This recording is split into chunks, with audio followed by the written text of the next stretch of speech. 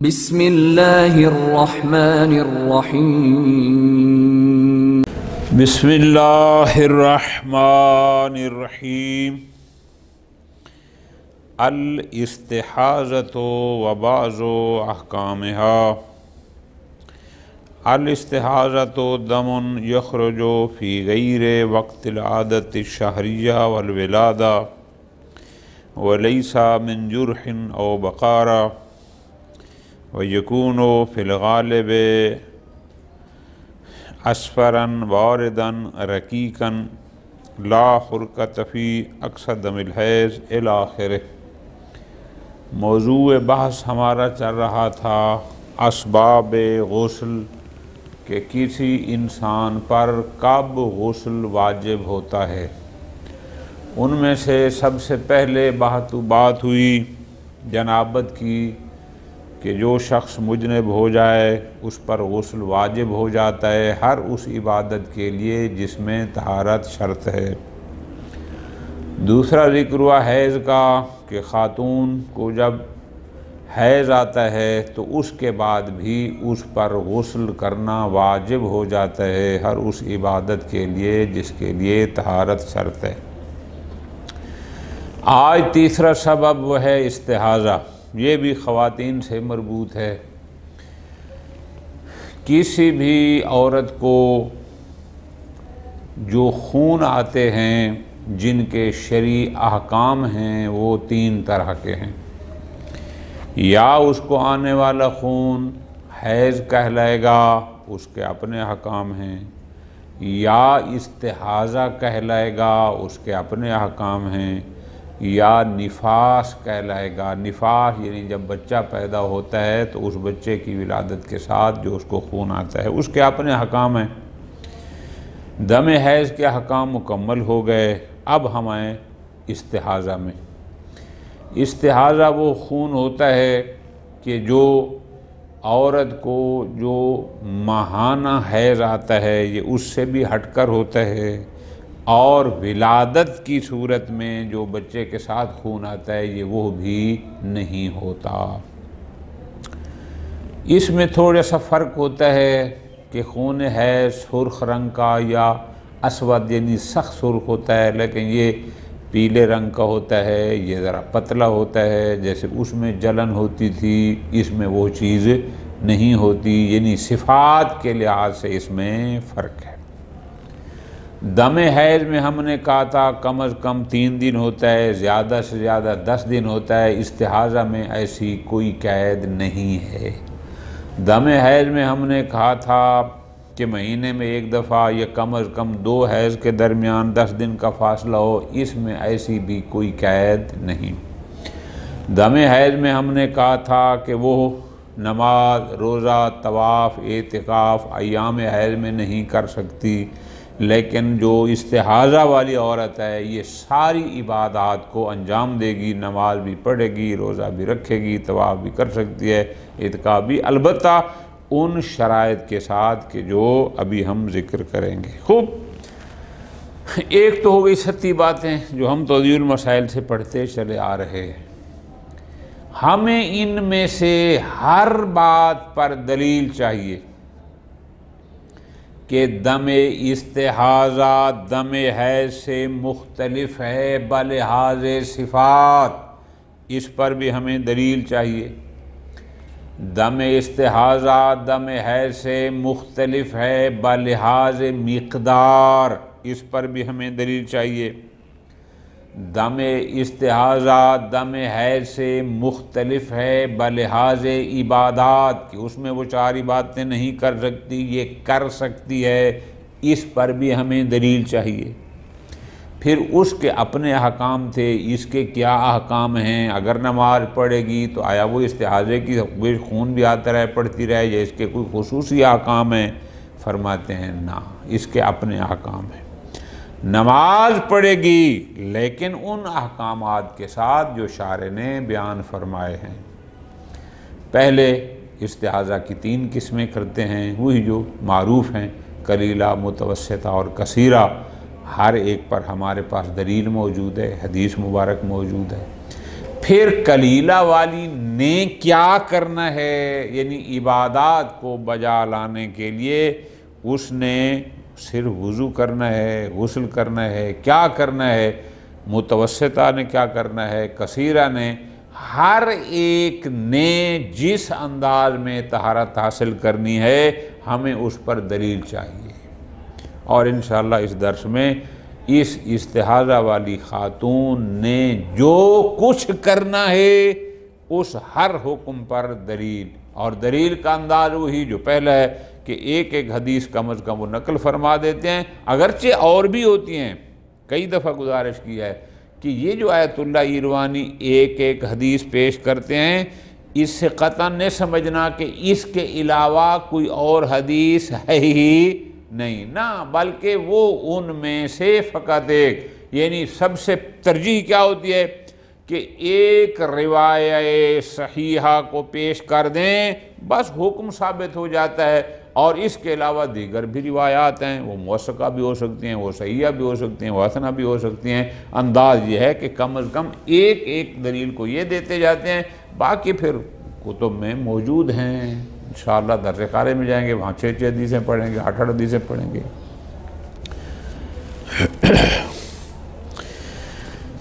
الاستحاضہ، تو پہلی بات تو یہ استحاضہ ہے کیا، دوسری بات ہوگی اس کے احکام۔ اس لیے آگے انہوں نے کہا ہے نا بعض و احکام یا، اب اس لفظ بعض کا مطلب کیا ہے کہ 100% ہم اس میں بیان نہیں کر رہے کہ بس اس کے علاوہ کوئی اور نہیں، اور بھی اس کے جزئی مسائل، جزئی احکام ہو سکتے ہیں، ہم چند ایک کو بیان کریں گے جو زیادہ عام البلوہ ہے۔ الاستحاضہ، استحاضہ کیا ہے؟ فرماتے ہیں دمن، یہ خون ہے، یخرجو، جو خاتون کو آتا ہے اس سے خارج ہوتا ہے، فی غیر وقت العادت الشہریہ، البتہ جو اس کی حیض کے ماہانہ ایام عادت ہیں ان میں بھی نہ، والولادہ، اور بچے کی ولادت کے دنوں میں جو خون آتا ہے وہ بھی نہ، ان دو سے ہٹ کر یہ ایک تیسری قسم ہے جو ان سے ہٹ کر اس خاتون کو آتا ہے۔ وَلَيْسَ مِن جُرْحٍ، یہ خون کسی زخم وغیرہ کا بھی نہیں ہوتا، او بقارت، یا وہ پردہ بغارت پڑ جائے تو اس سے جو آتا ہے نا، یہ وہ بھی نہیں ہوتا، یہ ان سے ہٹ کر ہوتا ہے، ٹھیک۔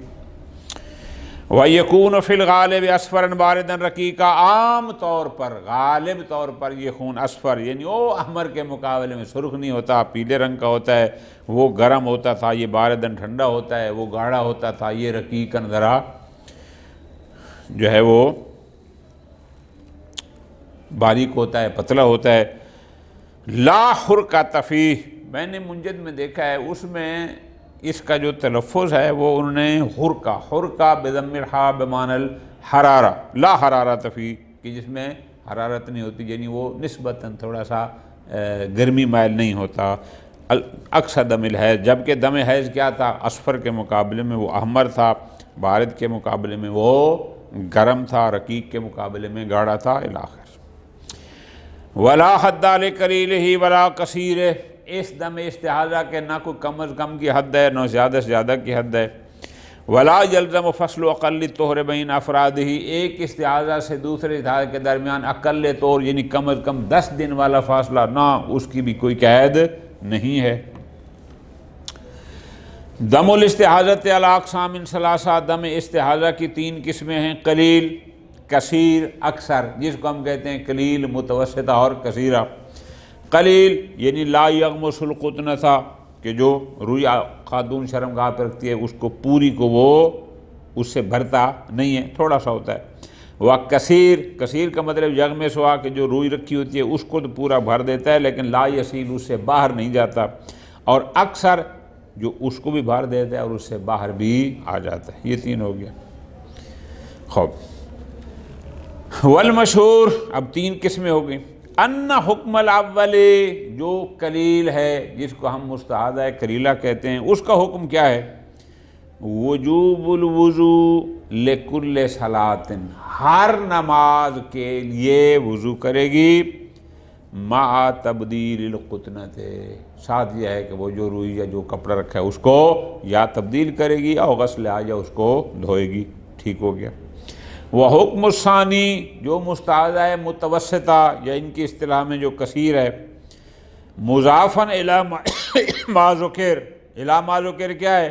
ہر نماز کے لیے وضو بھی کرے گی، تبدیل ختنہ بھی ہوگا یا اس کو دھوئے گی، پلس الاغتسال مرتن واحدہ، ایک غسل بھی کرے گی 24 گھنٹے میں۔ والمعروف، مشہور یہ ہے کہ وہ غسل نماز صبح سے پہلے ہونا چاہیے۔ اچھا، وحکم الثالث، جو مستحاضہ ہے کثیرہ ہے، یا جس کو انہوں نے اکثر تعبیر کیا، مضافن الی ما ذکر، جو کچھ قلیلہ نے کرنا ہے، جو کچھ متوسط نے کرنا ہے، وہ سب کرنا ہے، اس میں پلس کیا ہے؟ الاغتسال 3 مرات، اس خاتون نے یعنی 3 غسل کرنے ہیں، ایک صبح کے لیے، ایک ظہرین کے لیے اور ایک عشاءین کے لیے۔ اب جب یہ عشاءین کے لیے غسل کرے گی، ظہرین کے لیے بھی غسل کرے گی، صبح کے لیے بات کرے گی، قیل بعدم وجوب الوضو، بعض کہتے ہیں کہ جو نے 3 غسل کر کے نماز پڑھنی ہے اس کو وضو کی ضرورت نہیں ہے۔ اب یہ تو ہو گئے حکم، استنباطی احکام، توضیح میں بھی ایسے پڑھا تھا، لیکن ہمیں ہر ایک پر دلیل چاہیے۔ پہلے ہمیں دلیل اس بات پر چاہیے کہ کسی بھی خاتون کو حیض اور نفاس کے علاوہ بھی خون آ سکتا ہے، پھر ہمیں دلیل چاہیے کہ اس کے کم اور اکثر قلیل، یعنی کم از کم اور زیادہ کوئی حد نہیں ہے، پھر ہمیں اس بات پر دلیل چاہیے کہ اس کی 3 قسمیں ہیں، تو آپ کو کہاں سے پتہ چلا 3 قسمیں ہیں؟ ہر بات پر دلیل۔ اب ہم ترتیب سے چلتے ہیں۔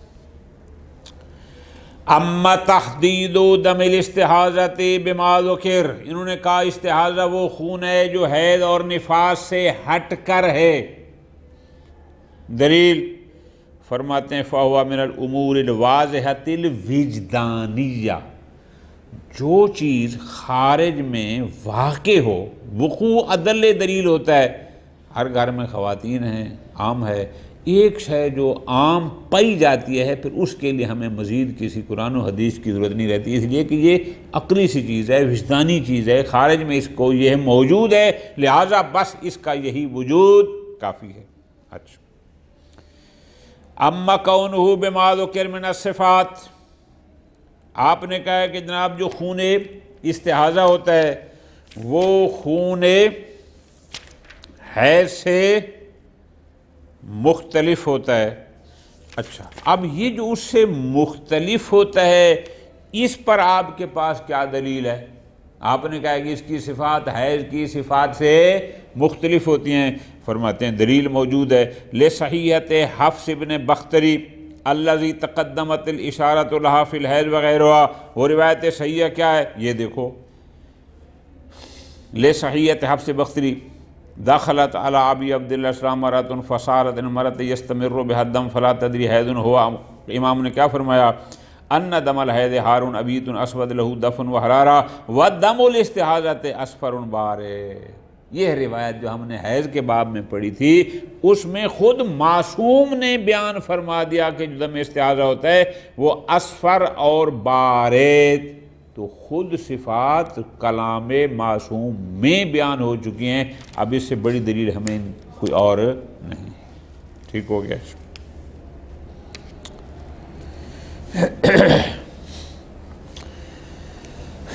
اما انہ لا حد لقلیلہ ولا کثیرہ، آپ نے کہا ہے کہ استحاضہ میں نہ کوئی کم از کم کی حد ہے، نہ کوئی زیادہ سے زیادہ کی دلیل۔ بہت آسان، روایات میں کہیں پر بھی جہاں حیض کے اقل اور اکثر کی مدت کو بیان کیا گیا ہے، روایات اس مدت استحاضہ کے حوالے سے مطلق ہیں۔ جب کسی بھی روایت میں یہ بیان نہیں ہوا کہ استحاضہ کم از کم کتنا اور زیادہ زیادہ کتنا ہوگا، بس یہ دلیل ہے کہ نہ اس کی کوئی کم از کم کی حد ہے، نہ زیادہ سے زیادہ کی۔ اگر کوئی ہوتی تو یہ بھی مبتلا بے مسائل تعامل بلوا تھا، جیسے حیض کی معصوم نے بیان فرمائی، اس کی بیان فرماتے۔ کسی روایت میں بیان نہ ہونا یہ دلیل ہے کہ اس کی نہ کوئی کم از کم کی حد ہے اور نہ ہی زیادہ سے زیادہ کی۔ خوب، اما عدم اعتبار فصل اقل الطہر بین افرادہ، یہ جو حکم بیان ہوا کہ ایک استعاذہ سے دوسرے استعاذہ کے درمیان کوئی شرط نہیں ہے کہ کم از کم 10 دن کا فاصلہ ہو، نہیں، آج استعاذہ ختم ہو گیا 3 دن بعد دوبارہ بھی شروع ہو سکتا ہے، کوئی 10 دن کی شرط نہیں ہے۔ دلیل واضح دلیل ہوئی اطلاق الاخبار ایضا، جتنی بھی روایات میں استحاضہ کی صفات اور احکام بیان ہوئے ہیں، کسی بھی روایت میں یہ بیان نہیں ہوا کہ ایک استحاضہ سے دوسرے کے درمیان اتنا فاصلہ ہونا چاہیے۔ اس فاصلے کا بیان نہ ہونا اس بات کی دلیل ہے کہ ان دو کے درمیان کوئی فاصلے کی قید نہیں ہے۔ آسان۔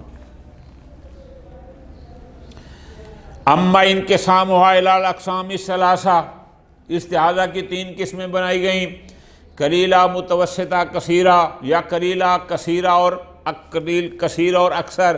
ان 3 قسموں پر کیا دلیل ہے؟ یہ 3 قسمیں کہاں سے آئی ہیں؟ فرماتے ہیں، ہم بتاتے ہیں۔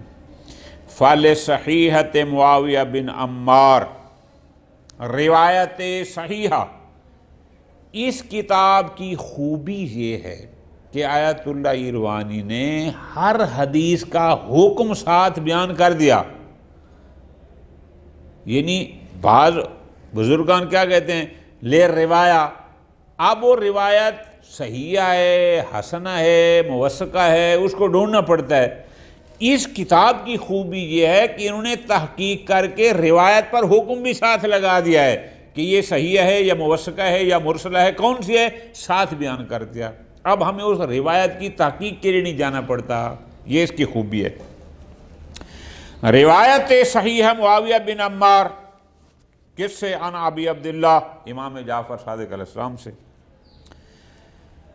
المستحاضۃ تنظر ایامہا، جو خاتون خون دم استحاضہ دیکھ رہی ہے وہ جتنے دن اس کو خون آ رہا ہے وہ دیکھے گی، انتظار کرے گی۔ پھر ان کان الدم لا یسکب القرصفا، قرصف ویسے قطن کو کہتے ہیں، وہ بھی اسی روئی کو کہتے ہیں، مراد وہی وہ کپڑا روئی۔ اگر وہ خون آتا ہے لیکن وہ اس قرصف، اس روئی میں، یسکب کا لفظی معنی ہوتا ہے سوراخ کرنا، مراد کیا ہے کہ اگر وہ اس میں آتا ہے لیکن پورا اس میں بھرتا نہیں ہے، یہ ہو جائے قلیلہ۔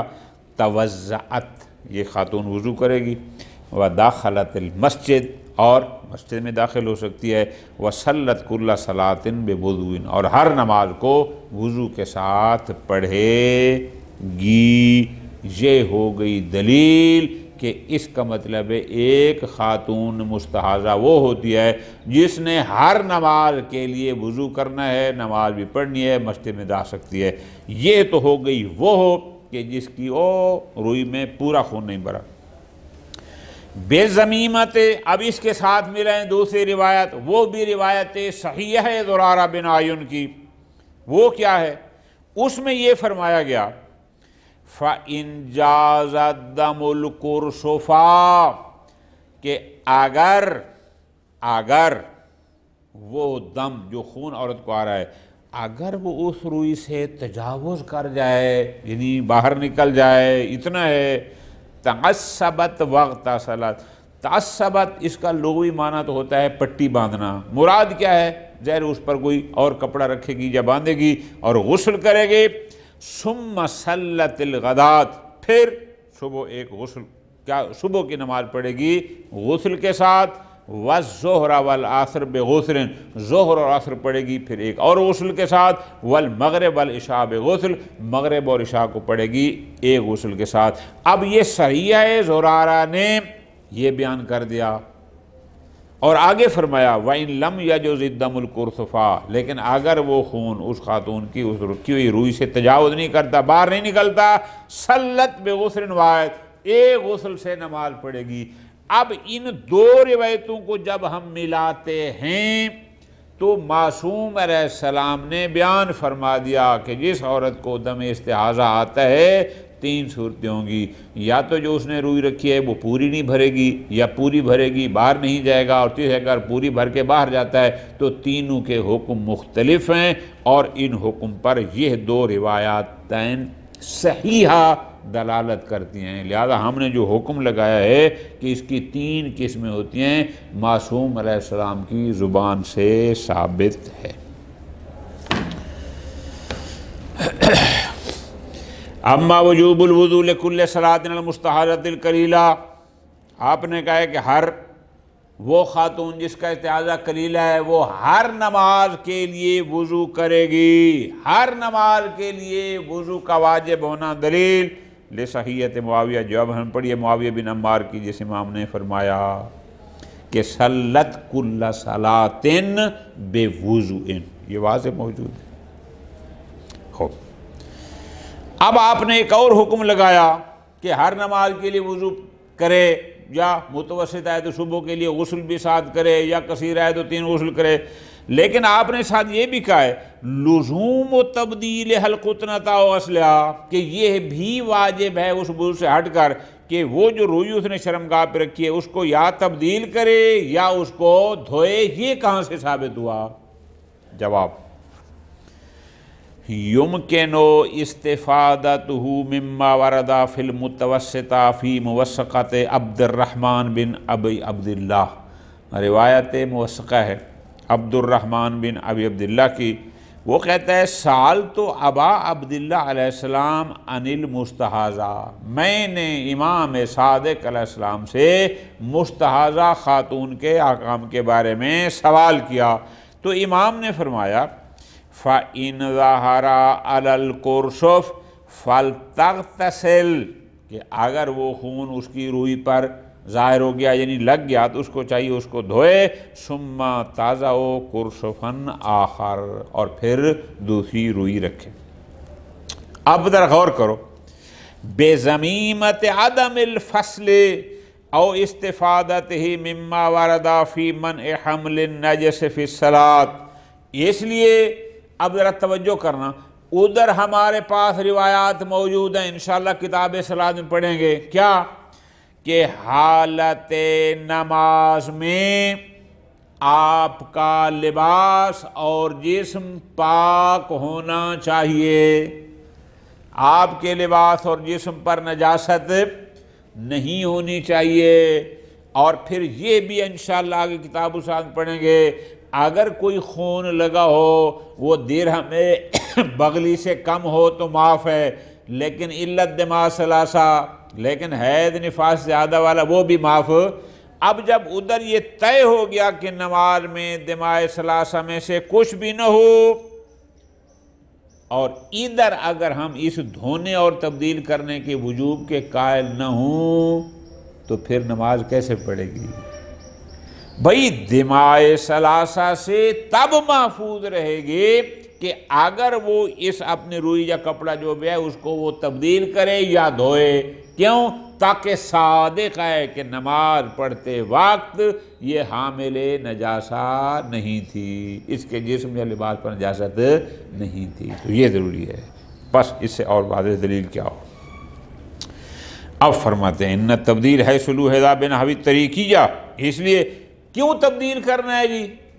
بھائی اس لیے کہ اس کو اپنے جسم اور لباس کی طہارت کا یقین کرنا ہے، تو طہارت کا ایک طریقہ یہ ہوتا ہے کہ وہ جو جس پر خون لگا ہے اس کو پھینک دے، نئی رکھ لے، تو جب طریقیہ ہے تو اب نئی رکھ دے، اس کی مرضی، اسی کو دھو کر دوبارہ استعمال کر لے، اس لیے کہ تبدیل کرنا کوئی موضوعیت نہیں رکھتا کہ حتماً تبدیلی کرے، یہ طریق ہے۔ طریق مراد کیا؟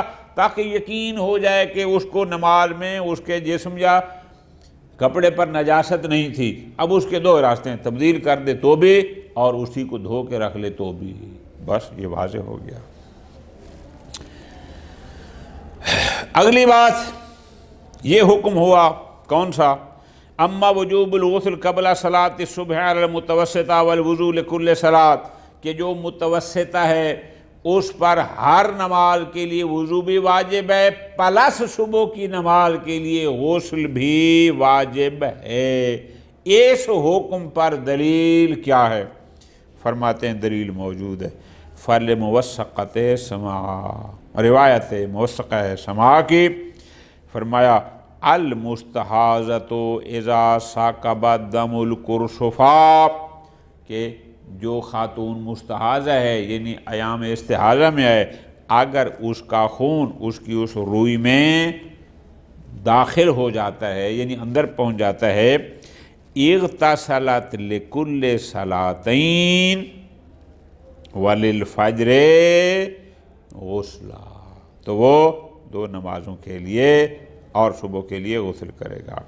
وَإِن لَمْ يَجُزِ الدَّمُ الْقُرْصُفَا، لیکن اگر وہ اس روئی پر لگا ہے باہر نہیں نکلا، یعنی ایک دفعہ تو یہ ہوتا ہے کہ روئی پر نکلا باہر نکل گیا، لیکن ایک دفعہ ہے کہ گیا تو ہے لیکن باہر نہیں نکلا، فَعَلَيْهَا الْغُسْلُ لِكُلِّ يَوْمٍ مَرَّةً، تو ایسی خاتون پر ہر روز ایک غسل واجب ہوگا، والوضوء لکل صلاۃ، اور ہر نماز کے لیے وضو۔ ہمارا محل شاہد یہ جملہ ہے۔